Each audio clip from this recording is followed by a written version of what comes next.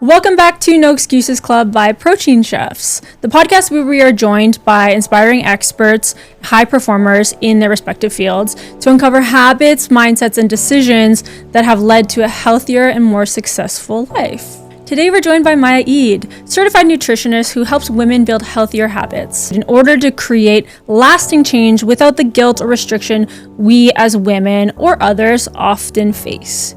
In this episode, we're going to explore more than nutrition. We're going to explore how mindset and emotions can shape our eating habits. And side note, don't forget to like, subscribe, and watch. Maya, welcome. Thank you. Thanks for having me. Of course. It's lovely to have you. Maya, you are Lebanese? Yes. Gorgeous. I had one of my good friends in grade 7 and 8. She was from Lebanon. I went to French school, and she came, and she was wonderful. She moved back to Lebanon ultimately, but lovely Amira, shout out, love you, miss you. She's wonderful. We still stay in touch. Okay, so before we really dive in, I'd kind of like to know about the women you typically work with. Who typically comes to you for help, and what are the biggest challenges they're facing when they reach out? Casual first question. Yeah.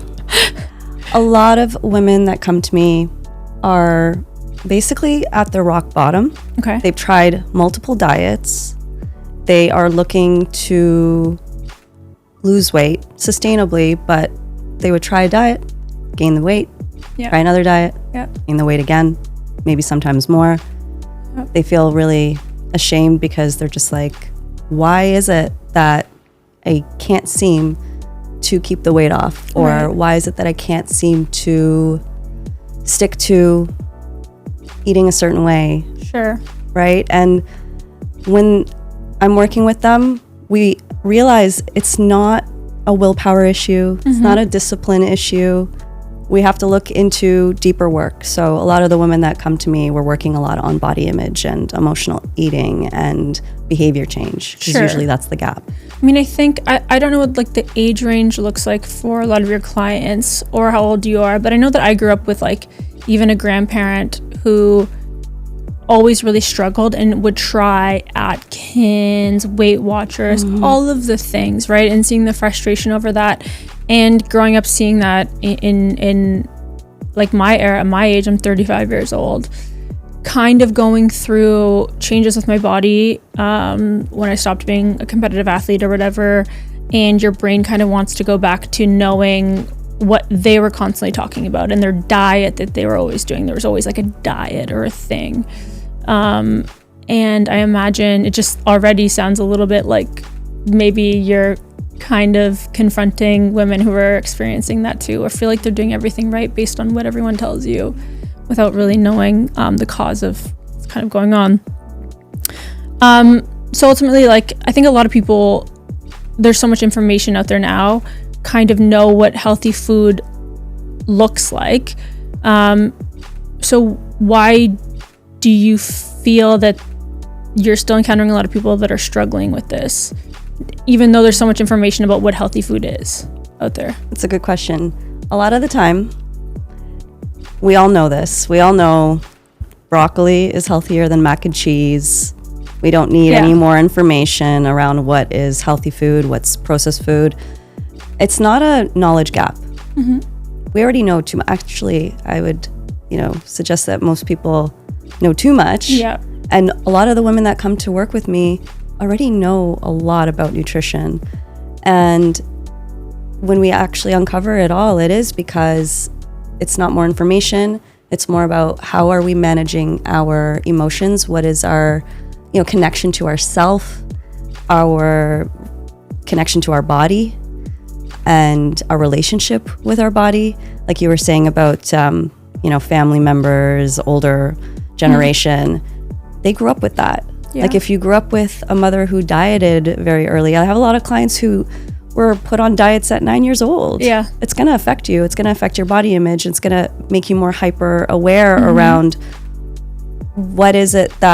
what's wrong with me? Like, I have to just control my food and I have to be perfect in order to get love and attention and feel seen and heard. And that's like what everybody really wants, right? We want to feel seen, heard, and belong. We want to feel like we're belonging to something. And so that connection to our family and the relationships that we had growing up, and then seeing how our caregivers, how they had a relationship with food as well, affects these women that are now full-grown adults in their 30s, 40s. I've worked with women in their 60s or early 70s, and they're still grappling with issues with their body and their relationship with food. Yeah, I mean, I hear it sometimes. I know somebody who's in their mid-70s whose mother was always obese, and it affected them. And they're in their 70s. They should be feeding their body like for nutrition, protein, like, you know, keeping their bones healthy, you know, keeping some muscle mass. And they just are still obsessed with, well, my tummy feels like it looks too big, even though they're small. And it's just the way that it stayed with them, you know, just by having a mother that always grappled with it and was obese, even though this particular person was never overweight. You know, it's just that they don't want that to happen. It's wild to see. Okay, if you could erase one piece of nutrition advice that's like a fad on the internet, what would it be? In terms of what I'm seeing right now, that seems to be a pattern that I keep on repeating with clients to help them feel more relaxed around it, is the idea that carbs are the enemy. The enemy.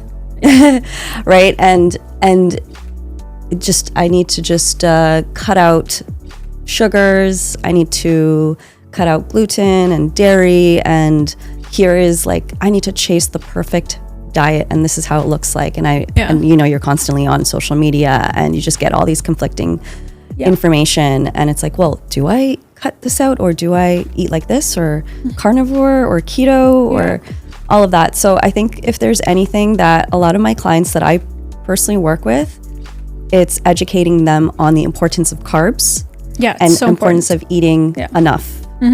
Eating enough, because we have been taught as women, like, for some reason, you know, you've got the men broing out with their, you know, beers and chicken wings or whatever, but it's like women, you see it in like, even in social media, or pop culture, or on advertisements, like the lady who's like smiling with the salad. Yeah, of course. It's like, it's that's what we're kind of taught, is that women need to eat like rabbits, basically, if we want to be the epitome of health and meet these like impossible beauty standards, is eat like that. Well, it's just so silly. And like, carbs are the most important and most immediate fuel source, obviously.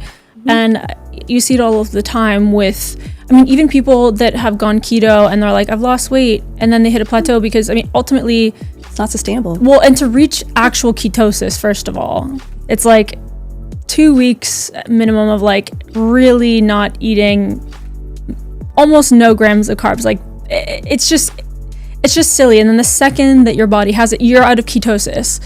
And people don't realize what they're actually doing and how important carbs are like, period. It's just interesting how fads. But I mean, you kind of see that trend even in like olden, I say olden, like in the 90s, like the campaigns against like fats, or you know, the massive milk campaign that it used to be, that how milk is like the epitome of like getting protein, good for your bones and stuff like that, right? Like, it was the older version of spreading misinformation, I guess. It's kind of interesting.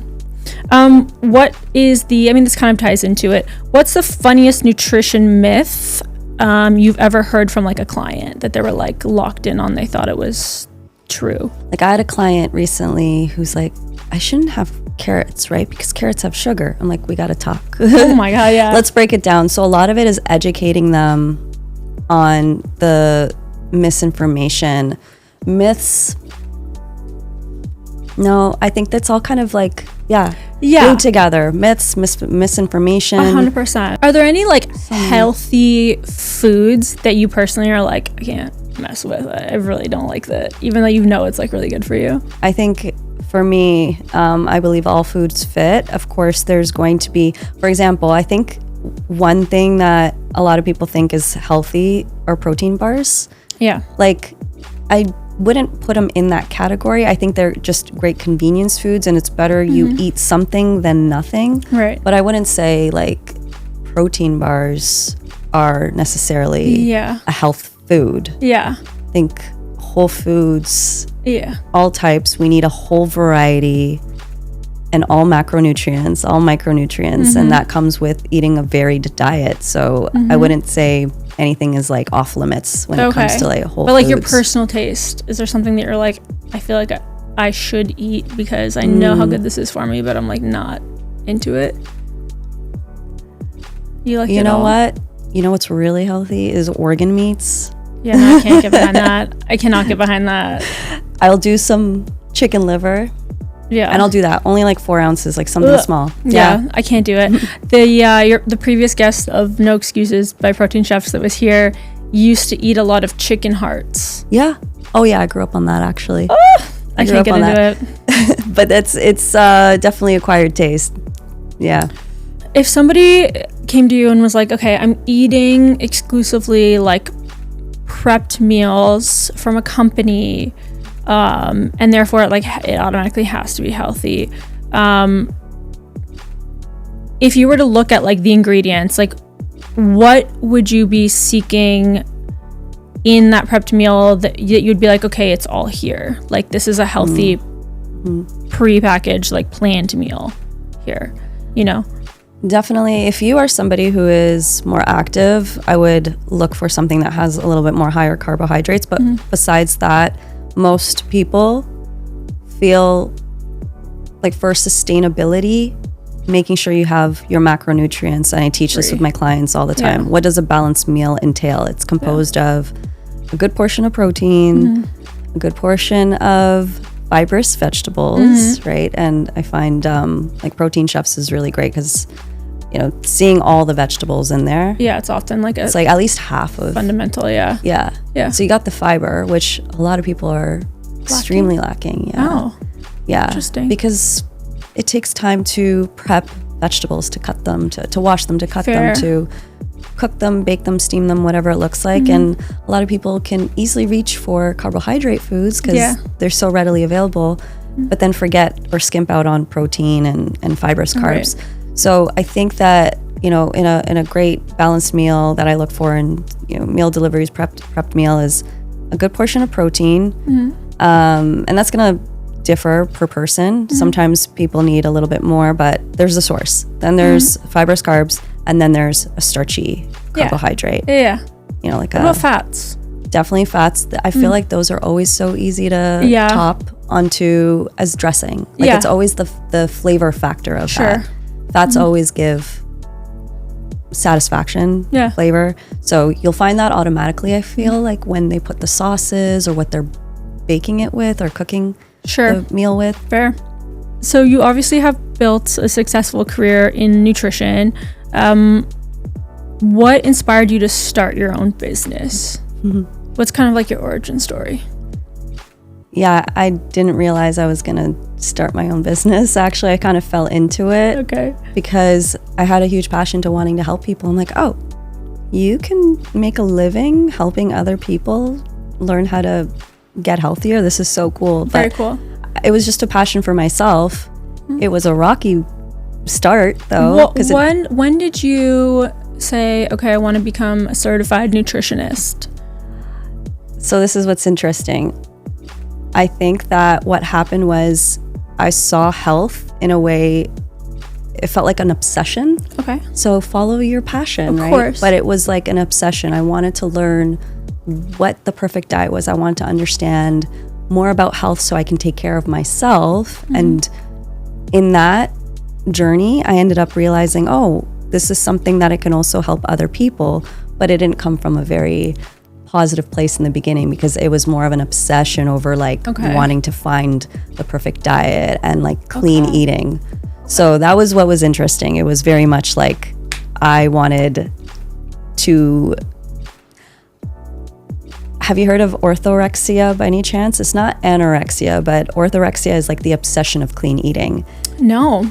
I think a lot of people, a lot of women especially, and as nutritionists, they end up falling into that trap of like, I need to find the perfect diet and I cannot be eating any, processed foods. Processed foods Sure. are bad. So in that pursuit, we ended up kind of overcompensating by eating too clean, and then Okay. it created an obsession. Got it. So I think a lot of the time I had to reel myself back and realize this is not sustainable, nor is it necessary to live a healthy life. Right. So it's kind of like that was like a personal journey when you were beginning this thing, and it's good to be able to associate that like with, okay, this is like there's good obsession here and then there's bad. Yeah. And was that like a self-discovery that you just sort of discovered on your own, or would somebody say, hey, like live a little? It started, so this is where I think a lot of my clients start to see this as once it starts to impact your mental health or your friendships or your relationships, to me that's a red flag, and that's a sign of like, let's explore these beliefs and possibly what could be driving, what's the motivation behind me wanting to eat this certain way. I picked up some, pretty rigid extremes because I thought that that's the only way to be healthy. Sure. And that's why I started coaching, because I overcame that over many years. It was a long journey. And I realized a lot of my clients are coming with they were at that same stage that I was in the beginning. And they're realizing that it's no longer sustainable nor necessary to live a healthy life. And I think when we loosen the grip from this, the irony is that's where we get healthier, the more we're trying to just relax around food a little bit. So that's where my passion started to move forward, because I was working at a gym as their nutritionist, and I was helping clients, count their macros and make sure they were changing their body composition. It was successful, but at what cost? They were obsessing over food. They were cutting out, times where they were going with their friends to the restaurant, and they were like, I'll just skip this, or I'll avoid that, or just being very I'm restrictive. An ex-bodybuilder. There I mean, before that, and before fitness modeling and bodybuilding, I was like a high-level athlete, and at that stage, it was really just about getting as many calories as I could for, to fuel. And then everything changed, and it absolutely did affect my personal life, like heavily. Couldn't go on dates, couldn't it really did.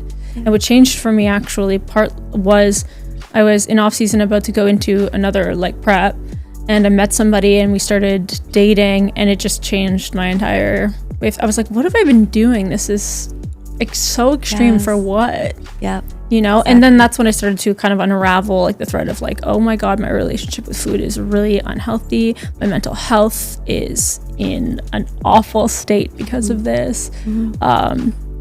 So similar in that sense, but different. Yeah. When you were starting your business, what was the biggest challenge that you faced when you were beginning it? And was there ever a moment that you were like, I don't know if I can keep doing this? I think what happened was when I started to work at the gym and getting great results with clients, they were changing their body composition, because that's what they came to me for. Right. They wanted weight loss, but more fat loss and muscle gain. And it was working. But then there was this moment in conversation with my clients. We were in session, and there was these little comments that my clients would say. And this happened men and women too, but there was one woman who was like, I don't like this part of my body. And I'm like, this is the inside of our knee, a fat pad here. It's like saying I don't like my elbow, right? Yeah. And I'm thinking, okay, there's something deeper. This is not normal to be fixated on our body this much. I started getting more curious, and then another girl was coming to me crying, because it was I don't care as long as I'm able to, if I can, her life was in the gutter. She was not happy, but she's like, but at least I can be skinny, is what she said. And I'm like, okay, there's something happening. What does that even mean, right? There's this deeper issue of our self-worth and our self-esteem, and how we are over-evaluating our body shape and size and appearance, which, by the way, I want to say it's okay to care about your looks. There's nothing wrong with that. Yeah, a little vanity is okay. But it's that when it's taking over your life and that's all you think about is food and the gym and whether you can eat this or that or how much calories is in this or how much fats are in that, that's where I started to get curious and my business needed to shift. Okay. So I ended up seeking out mentorship with psychologists and people who understood disordered eating and eating disorders and body image coaching. Fascinating. Right. And I started to learn from them and understand the motives behind the clients' requests for when they're working with me. It's like, yes, you want to lose weight, but what do we think weight is trying to give you? And it's always trying to give us the safety. Yes. It's not necessarily they want to lose the weight. They want to feel safe in their body. How can we start to show them that you can build confidence, you can build a healthy relationship with food where it's just you're so relaxed around it? Like for me and I had to go through that myself. Of course. And it helped me when I was going through the mentorship and learning more and more of these skills to help better serve my clients is when I started to take that, detour in my business and start to shift to that, because that's really what is important. We don't need to tell our clients to eat more vegetables. They already know that. We don't need to tell our clients to count their calories more than we need to investigate the motivation behind why you want to lose weight or get healthy. What does healthy mean to you? Yeah. And I'm just curious, when you started reaching out and you were looking for some mentors and wanting more information and you took this pivot, was there any particular advice you received, whether it was how to run your business or in the health and nutrition space, that really stuck with you?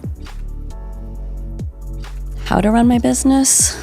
Just something, it was a piece of advice that maybe either shifted your mindset or helped your business become more successful, or just any particular piece of advice, and it could be in any space that really stuck with you and helped you.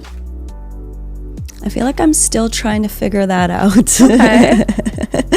Because there's just so many ups and downs in entrepreneurship, and every few years something's changing, right? Marketing changes, the healthcare system with GLPs are changing everything to the age of AI right now. Yeah. It's shifting the business demands and needs and daily, I'm sure, yeah. So I'm constantly feel like pivoting and to better serve my clients. But in terms of business, no, I'm just kind of figuring out how do I find balance? I have a healthy balance with food, but it's how do I not overwork myself? Where can I take breaks and really be, demonstrating what I share with my clients, which is hunkering down on that self-care. We really need to focus on self-care, because for me, my values are health. That is so important to me. But I don't want to burn out. I don't want to be a burnt out entrepreneur. Yeah. I was just going to ask you, so what would self-care look like for you then? If we're hunkering down on self-care, what is that for you? Because I think self-care can mean so many different things for so many different people, obviously. Yeah. Self-care for someone can be having an entire bottle of wine. Right. Or having a bath. Or it could be, shutting your phone off. It could be so many things. What is self-care when you're telling clients and telling yourself this is what we need to do? In this fast-paced world, yes, we have to do the opposite, which is slow down. And I think that we have to also separate our worth with our productivity. And I've had to learn that. I'm still learning that. A lot of the time I'm back to back with meetings and I'm this is not self-care, because there's no space for me to take a break, a breath, eat a meal undistracted, away from my computer.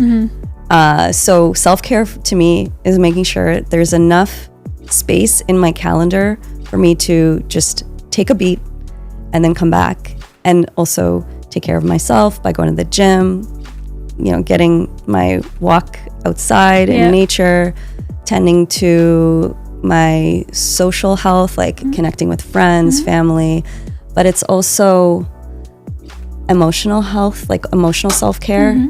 like having safe space to talk to other people or therapists or whatever it looks like, so that you have place to actually reflect, because otherwise we're just in go mode all the time. And I feel like that's where I hit my burnout. I was too much on social media trying to produce content all the time. Sure.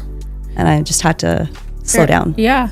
If you were to start the business over, no social media, no anything, like, is there anything you would do differently to like rebuild your business? I mean, I don't regret how I built it. I think it was out of a good, it totally brought me to where I am now. If I was to do it differently, I'd probably save some money to hire some help, because I was doing everything on my own. Yeah.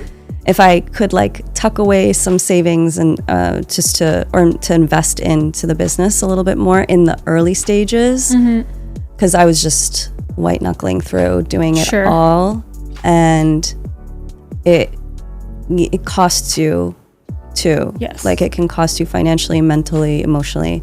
So I think having some buffer is really nice for a lot of people. Yeah, I always say, like, before some people, and it could be really great for some people, just be like, okay, I quit my other job and I'm like diving deep in this one. I'm going all in. I think that can work for a lot of people, but I think for a lot of us, we need a slow transition. And I kind of wish I gave myself a slower transition, so that I felt fully equipped to take on whatever entrepreneurial obstacles come my way. I get it. What do you feel like what misconception have you kind of encountered people have about running your own business, if they think it's like, oh my God, I would love to start a business? Love this one. So we think that like having a business equals freedom, and like you can set your own hours, but you're just working all the time. Yeah, you're still a slave to your business now. Yeah. That's all on your shoulders. And you have to be careful, because in this age of social media, we've got these business coaches who are just like, let's get you making 10, 20K months and all this stuff. It's all, you got to be careful you don't drink the Kool-Aid. Yeah. Because I definitely was like, oh, this is intriguing. Let me try this. Let me try that. And I've definitely signed up for stuff that I thought that wasn't the best move, but it's all good. It still taught me a lot. Every choice I made, absolutely taught me something. Yeah. Nothing is wasted. It's all part of the education of life, if you will, right? Has anybody ever felt like envious of your career as a nutritionist, then they just don't realize some of the challenges that come with being a nutritionist? Not that I'm aware of. Not that you're aware of? No? Okay. I got no trolls or haters. Oh, we all do. Well, we don't know. I don't know. But I definitely, I think I have a beautiful community, so supportive. I'm so lucky that there's just people out there who want to see other people shine, right? And I feel the same way. I want to be supportive to other businesses and collaborate. And I think we need to be in that mindset of like, when everyone's doing good, this is it. There's so much to go around. Of course. As someone who's built a business around helping people's relationship with food, do you think that prepped meals have made healthy eating more accessible, or do people still really need to change their mindset first? That's a good one.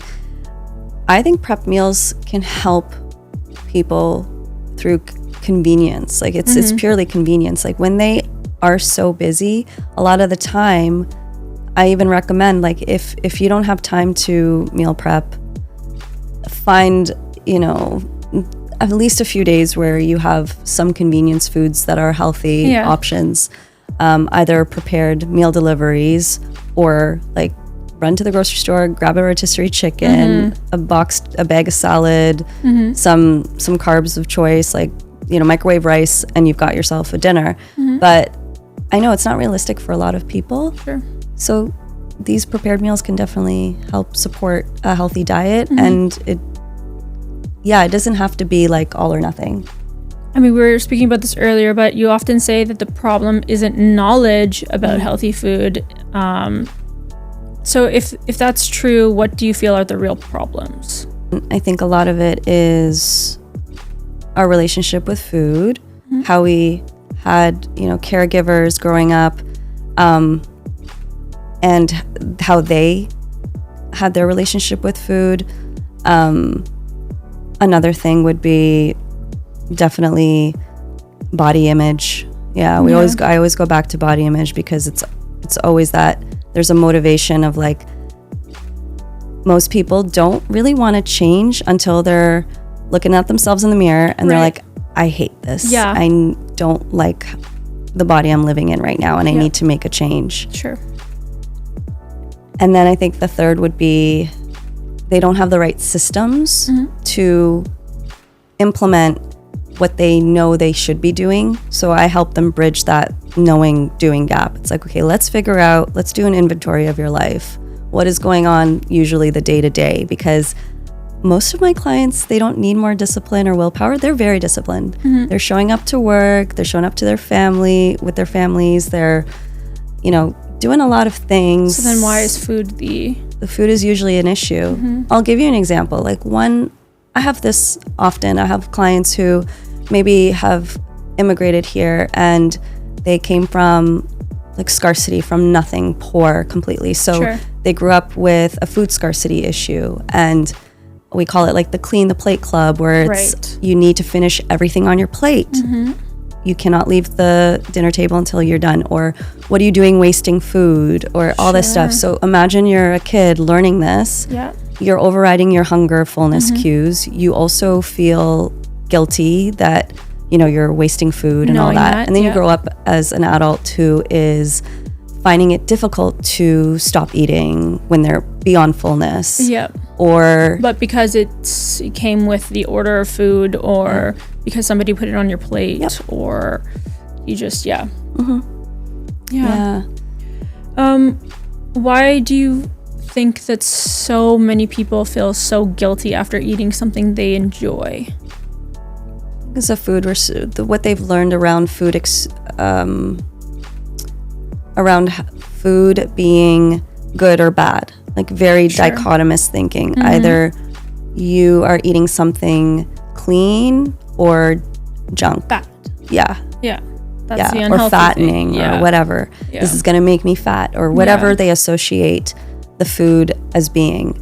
And they feel guilty. I guess we've attached some moral standard to this or something. Is like, I am therefore bad because I just can't get my shit together. I feel like I'm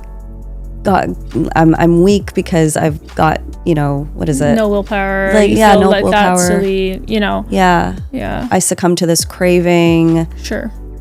I can't get it together. Like a lot of self-criticism, which actually just continues to fuel that disordered eating habits.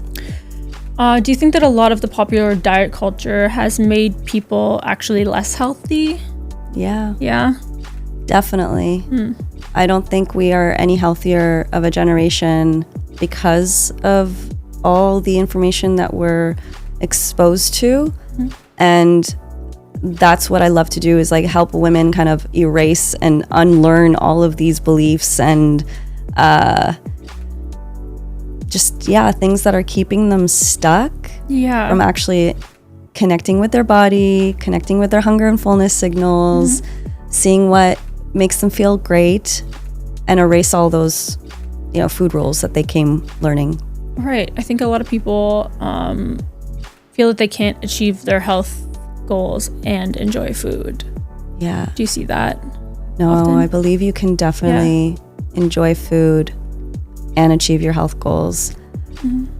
The question is, are your health goals realistic? And are they truly about health, or are they about aesthetics? Because the more you're trying to achieve an aesthetic goal, it's going to take manipulation of your food, overriding some of your natural hunger signals. Like if you've done bodybuilding before, you know what it's like to probably go to bed hungry. Oh my God. I would have nightmares of eating a Big Mac and wake up in a panic. And then what would happen after the competition? Oh my God, you have to try to manage it, but often you balloon. Yeah. You know, my body, it took like a while to adjust to get my body to a place where it could eat healthily again without, you know. What were your cravings like after stage? Honestly, I remember even saying this my first competition, I'm like, I really just want like a really big salad. Because towards the end, it was like you couldn't even have, I want like big salad with all of the good things in it. Like, that's where I was at. That's good. And a drink. Why? Okay, I mean, see this all the time on my other podcast, actually, Gorilla Cheeks. I was speaking to somebody who had an eating disorder. And they had that accidental mentality of, oh my God, now I've had a piece of fudge, I've ruined my day. And they would go off the rails. Why do you feel like that happens to people? Like, I've had a cookie, day's ruined. Beat themselves up the rest of the day. She literally went off the rails, and at the end of the day, she was eating an ice cream cone, which she would never eat because she enjoys eating healthy, crying. Yeah. Why do you think that happens? Why do we do that? It's a learned behavior. Like, we've picked up on thinking that food is black and white. So we have to work on our cognitive flexibility around perfectionism, like having more flexibility with food and understanding that food is not good or bad. There's a spectrum. That's how I like to think about it, is there's a spectrum. You've got the less nutritious food on one end, and then you've got the more nutritious food on the other end. And if we can live around the middle somewhere, I think it would help a lot of people get out of that all or nothing thinking or perfectionism. Yes. Because your body is going to, like, physiologically, your body's probably craving that chocolate, for example, because it might be deprived of nutrients, calories. I remember when I was trying to find that perfect elusive diet that I had, I would end up binging on trail mix. I don't know, my body was like, it needs a whole shot of calories. And what's the easiest way to do it? I was just craving trail mix. It was the best thing that I want. It was the only thing I wanted. I don't know why, but it was, even though like deemed healthy, the amount of it is a signal that my body really was deprived of enough energy. I think mentally we go to like, well, nuts are healthier choice than a bite of a brownie. Even but then we're learning about portion control. We can't have too much and all that stuff. And then I felt guilty. I'm like, I ate too much trail mix. It's better to just like have a bite of a cookie.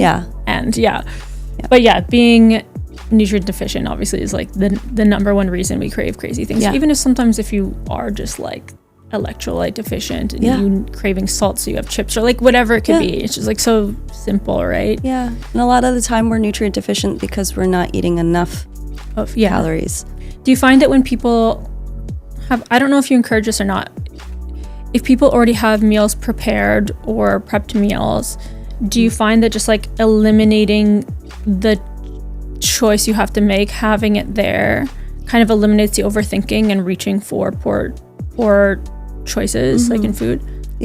We do. When I'm working on behavior change with a lot of clients, yes, absolutely. In the research they say that you have to engineer your environment. Food around, like if you have a bowl of fruit on your counter, you're more likely to reach for that fruit. And that's not to say you can't have chips out in the open. I think this is where a healthy relationship with food, working on that, comes in handy, because the chips can be there, but because you're very neutral around it, you don't have that pull that it's like good or bad. It can sit there, doesn't really bother you. You can maybe have a few bites and that's fine. Let it be, But when I think a lot of people are just like, trying to even eat enough, because sometimes, self-care is not skipping meals. A lot of my clients accidentally work through lunch. It's nice to have a prepared meal already there. It removes a decision fatigue of, what am I going to eat? I've made a million decisions already and it's only noon. Now I have to think about what I'm going to eat. It's nice to just have something like that in the fridge or in the office ready to go. People say that they eat their feelings, what's actually happening psychologically when we're saying, I like to eat my feelings, or I ate my emotions today? Love that, though, because it's true. It's sweet. Food is, or emotional eating is like a Band-Aid solution, because it's so easy to reach for when we're feeling angry, sad, tired, whatever. It's just easy to reach for food. Why is it like a comfort? It's comforting. Absolutely. So, hey, look, it's okay. Like, I definitely emotionally eat sometimes, and I want to kind of remove the shame around that, because I teach clients how to emotionally eat less. We don't have to completely eliminate it. There's nothing wrong with it. But looking at the whole like eating your feelings is true. It's what can you give yourself instead? What do you actually need underneath that? So I'm usually teaching clients, okay, identify what emotion it is. Right. What's a better way to meet that need? How would you even explain to somebody the difference between physical hunger and emotional hunger? How would you even start that conversation? Well, it's interesting because sometimes both can exist at the same time. Totally. So you could be physically hungry because you didn't eat. You underate, whether intentionally or unintentionally. Like you skipped lunch and now you're ravenous and it's dinner time. But you're also like so tired from a long day. So emotionally, you're exhausted and you want to just check out. You're also hangry at that point. So you're going to want to just eat all the easy comfort food. You're not in a place where you're stable enough to be like, okay, let me make the best decision for myself. No, right now you're just like, I need all the calories. So you can physically be hungry while emotionally want to eat something that can soothe and comfort you too. So emotionally eating, you got to check in. Is this head hunger or is it stomach hunger? Sure. If it's stomach hunger, you'll know because either you might feel a little fatigued, maybe your hands might be shaking. You could start thinking about food earlier too. You know, like emotional eating, I should say, I don't know if I mixed it up there, but emotional eating is normally up here in your head. Yeah. You're not actually hungry. Yeah. So essentially building a healthy like a toolkit relationship. Yeah. Honestly, building up your mental health, your relationship between like mental health and food is really sort of the best way maybe of enjoying life and enjoying food. Yeah. I always say like for emotional eating, have yourself a toolkit of like, when I feel sad, I'm going to call a friend, go for a walk, whatever it is. If I'm feeling angry, I'm going to go and work out, for example. Right. If I'm hungry, okay, let me check in. Oh yeah, I'm probably hungry. A lot of the time, we're hungry. And we want to just allow ourselves to eat. I mean, I know I see it. I see it a lot. I feel like a lot of people, I mean, maybe we're being repetitive here, but I find a lot of people trust an app more than they trust their own hunger. Yeah. Like they're looking at the calories in, calories out, they're obsessing over that, entering everything in, and they're literally trusting the app instead of their own intuition and their own hunger. Physical hunger. Yeah. And like what Fitbits tell us how we slept, how many steps we got. Yeah, instead of just trusting how you feel. Why do you think so many people are doing that? It's control. We want to have more certainty. We want to make sure we're doing everything right. It's the need for micromanaging and just seeing, okay, if I do this A, B, C, D, I'm going to get to this goal.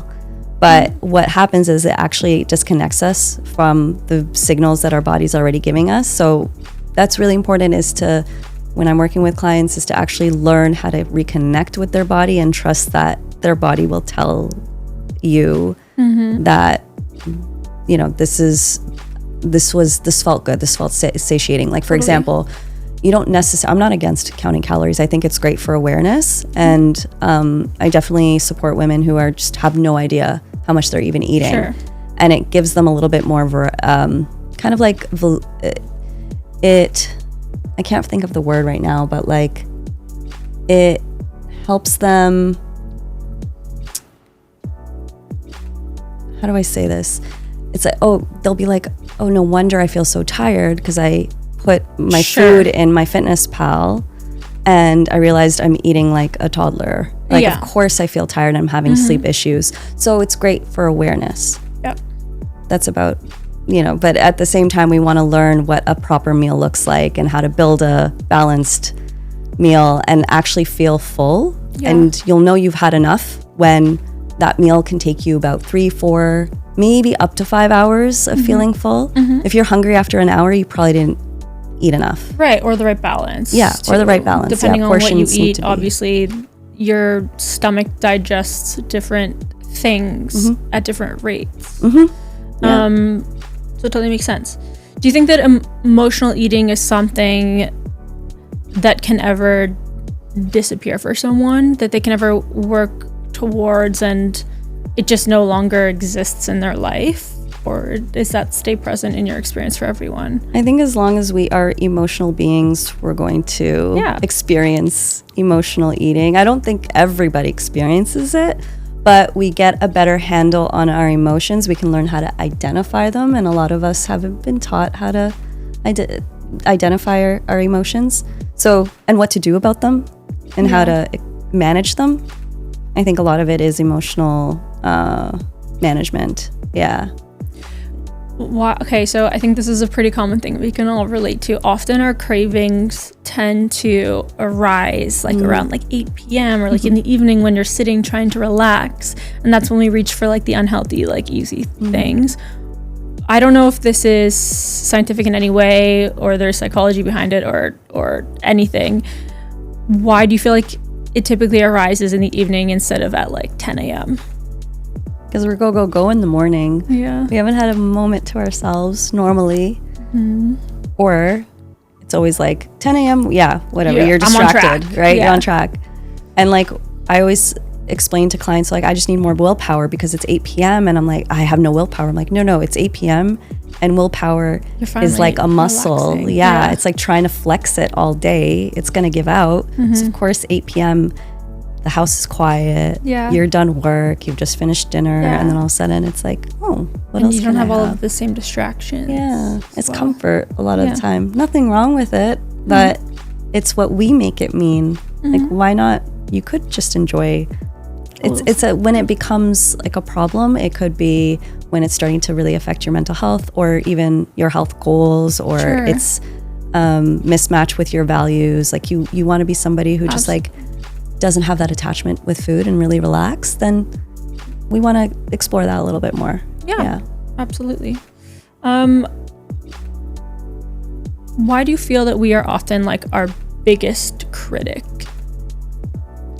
That's a good one. That's a lot to unpack. I mean, I know. I was like, should I make it more? Yeah. No, we're our biggest critic. Well, it's interesting because we can beat ourselves up for eating a chocolate cake, but then our friend will be like, I enjoyed a chocolate cake, but now I feel so bad. And you're like, oh, come on. Like, you shouldn't feel guilty. Like, it's so easy for us to have more compassion for other people. But when it comes to us, we're so hard on ourselves, and it's just learned behavior. A lot of the time we've just witnessed that with our caregivers or, society just saying you got to work harder and you're weak if you're really nice to yourself. And that's not what really, self-compassion is. It's not about being nice to yourself, but I think it's about showing up the way future self would be really proud of you, right? But with criticism, self-criticism, it's like, in order for me to get to my goals, I gotta like be a little like tough on myself. Where do we learn that? Like, usually, you have a coach, like say you have a soccer coach, like who's gonna do better? The coach where, the team, the player is like being criticized all the time whenever they're trying to, practice. I don't know sports very well, so, but basically it's like, who's going to do better, right? It's usually like a coach who is really inspiring and has a lot of good leadership qualities and is able to motivate somebody in a compassionate way rather than like berate them and beat them up and be like, you're not good enough, like do better. usually that's what will create more success is the opposite of self-criticism. We can't shame our way into healthy living. Yeah. Well, then you're not actually like fixing anything anyway. You're just... It's just coming from a self-hate place. Bad. Yeah. How do you help someone who is tying their self-worth to a number on their scale? I always like to go back to the origin story of like where it all began. Because normally we've learned that how we look and what we weigh equals status, social status, belonging, whatever it is. I always like to explore like where have you been influenced by this? Like for me, I had a pretty good upbringing where there wasn't like any diet talk, but there were like comments like, oh, she shouldn't be wearing that, or you know, she could lose a little bit of weight and stuff like that. So it's all ingrained, and then there's a societal pressure. Like I'm a millennial, so I grew up in that whole, you know, Canada's Next Top Model and all that stuff, and the magazines and everything. So you just have this really weird perception around what a healthy, not even a weight, a certain weight needs to look like this. If I hit this number, this you know, abstract, I don't know, it feels so it's like such a weird number that we kind of associate with like what and why. Like, when was I that weight that it, for some reason, it feels like I need to be that again? Is it realistic anymore? And is it important? Yeah. So it's a lot of education with my clients too, and understanding like, look, we could restructure, you know, do a body recomposition. And when you gain a bit of more muscle and lose a bit more fat, you technically might be weighing more. Yes. But you look leaner. Yeah. And are you okay? Like if we waved a magic wand and it's like you feel good in your body. Now, like you're standing in front of me, you're like, I feel so good. I feel so confident in my body. I feel strong. Does the number on the scale really matter anymore? And they're all the time, they're just like, no, you're right. It doesn't matter. If somebody were to have ambitious health goals, just as somebody who's like an ex-competitive athlete, is self-compassion something that's really going to help them get to reach those ambitious health goals? Yes. Okay. I feel like self-compassion is really misunderstood.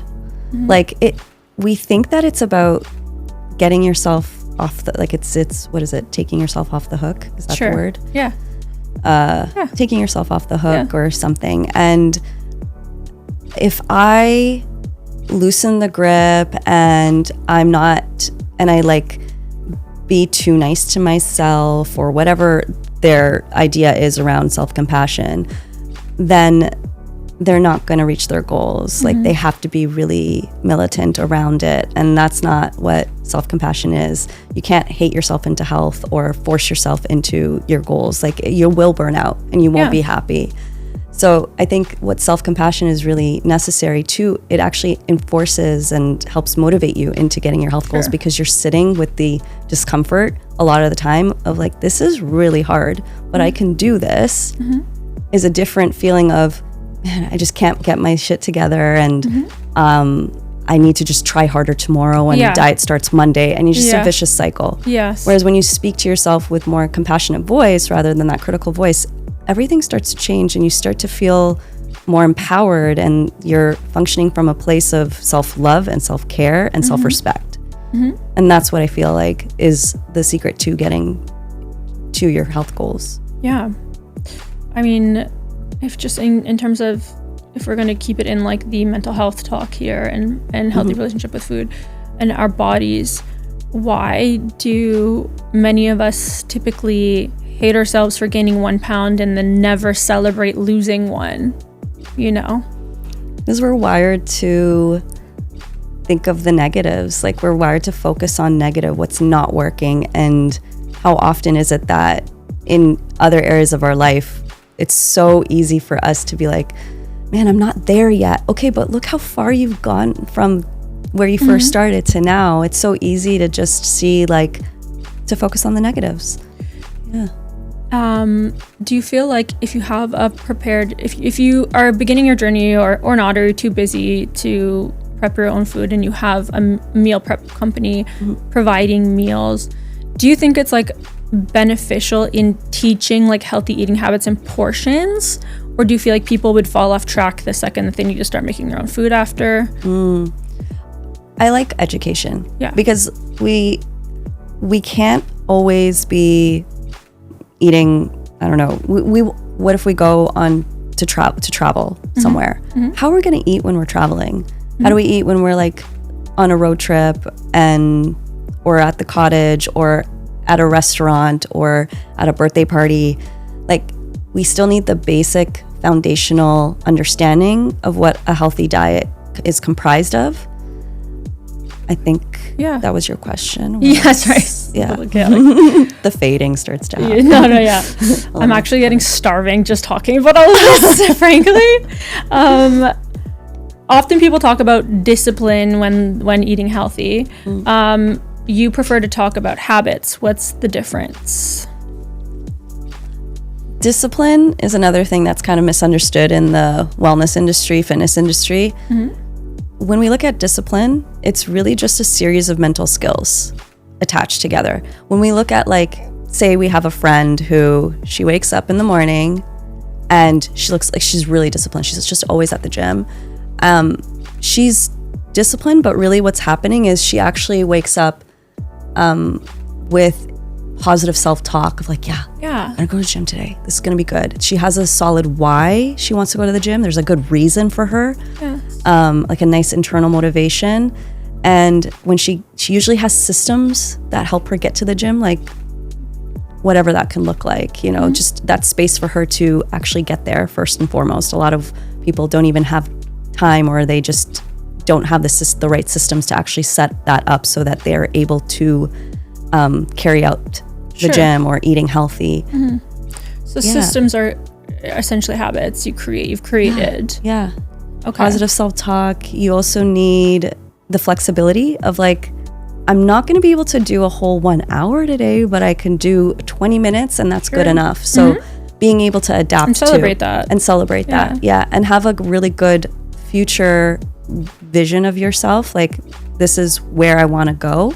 And I feel like that is what drives discipline. It's not just discipline and it's just this one thing. It's a multitude of skills that someone has, and they may not even know that they have them all. Like, I just probably shared some things that a lot of people are like, oh yeah, that's true. Oh yeah. I do have some systems, and I am pretty flex. Like, I do enjoy going to the gym, and you don't always have to, but you know how to show up for yourself. Sure. I think that often too, sometimes because we're so hard on ourselves, it is nice to call out basic things like that you're like, wow, wait, I actually am showing up for myself, and I do have good habits. I'm not having the self-awareness to stop and be kind to myself and realize, oh, this is good that I'm doing this. You just if someone only had 10 minutes a day to improve their health, what would you tell them to do? I would say maybe like making sure you get some fresh air, get some time in nature, even if it's 10 minutes. Heck yeah. Quick little jaunt around the block. Yeah. It's a good call. Then we get into like a little myth busting, just because there's so much misinformation out there on the internet. And we already kind of went over this. Are carbs really the enemy? No. Okay. Is breakfast actually the most important meal of the day? It's going to differ for everyone. There's always going to be it depends answer for me, but the clients I work with do so much better. Having a proper balanced breakfast in the morning can give you that energy that you need throughout the day, so you're not tapping out and binging at night.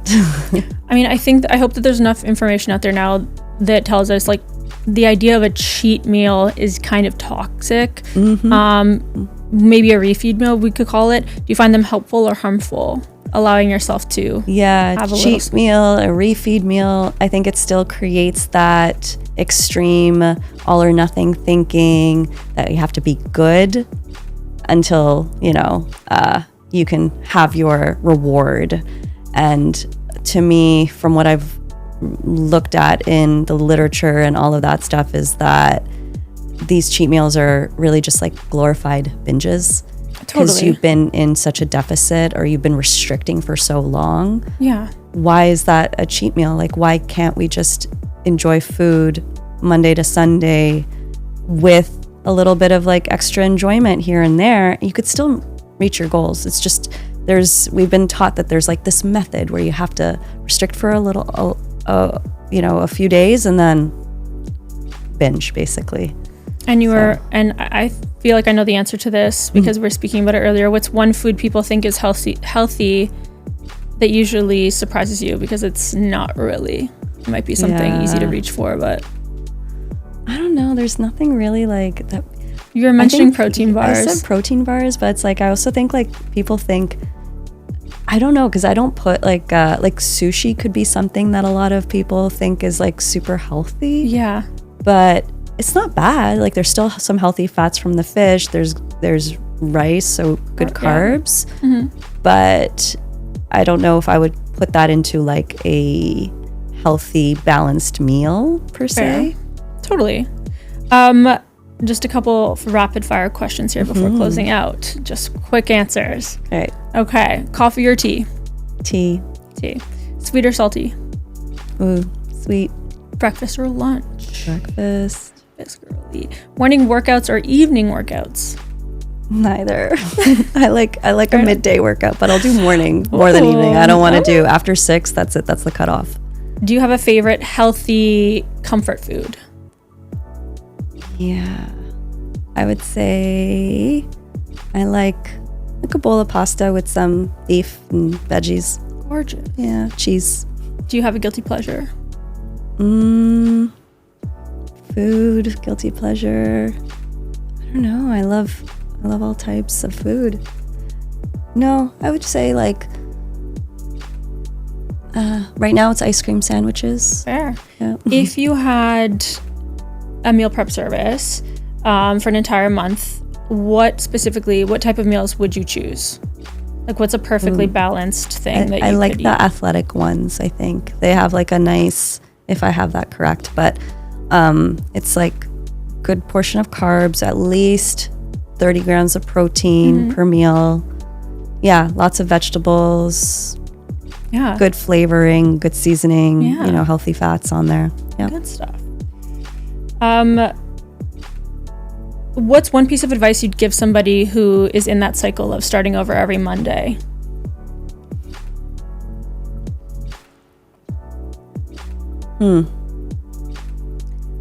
I think this is like, it's layered. So what I would first work on is an all or nothing mindset and work on more of that flexibility. Ooh, yeah. Yeah. There's a lot of it is coming from, being good or bad, perfectionism, trying to do it right, control over food. So we would work on loosening that grip and actually seeing food as that spectrum that we chatted about earlier. It's like, it's not black or white. Right. Yeah. Of course.